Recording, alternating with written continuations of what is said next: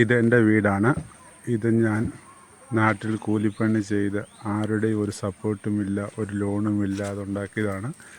ഏകദേശം 1200 square feet ഉണ്ടാവും. നമ്മൾ നാട്ടിൽ തന്നെ ജോലി ചെയ്ത് നമ്മുടെ ഒരു ആഗ്രഹം. ഇത് ശരിക്കും കൊറോണ സമയത്തുണ്ടാക്കിയതാണ്. 3-4 വർഷം പഴക്കമുണ്ട്. ഈ കാർപോർട്ട്സൊക്കെ ഇപ്പം കോൺക്രീറ്റ് ചെയ്തതാണ്. ഇതാണ് നമ്മുടെ മൊത്തത്തിൽ വീട്. നമ്മുടെ കാർപോർട്ട്സിൻ്റെ അതിൽ നമ്മളൊരു മീൻകുളമുണ്ട്. നമുക്ക് കടകള ശബ്ദം കേൾക്കാൻ വേണ്ടിയാണ്. കുറച്ച് കാർപ്പുണ്ട് അതിൻ്റെ അകത്തിൽ. ഇത് വീടിൻ്റെ കാർപോർട്ട്സാണ്. നമ്മുടെ വീട് പണ്ട് മൺകട്ട് കെട്ടിയ വീടായിരുന്നു. അതിൻ്റെ ഒരു ഓർമ്മയ്ക്ക് നമ്മൾ അത്ര ഭാഗം ഒരു ഡസ്റ്റർ ഫിനിഷ് കൊടുത്തേക്കുന്നതാണ്.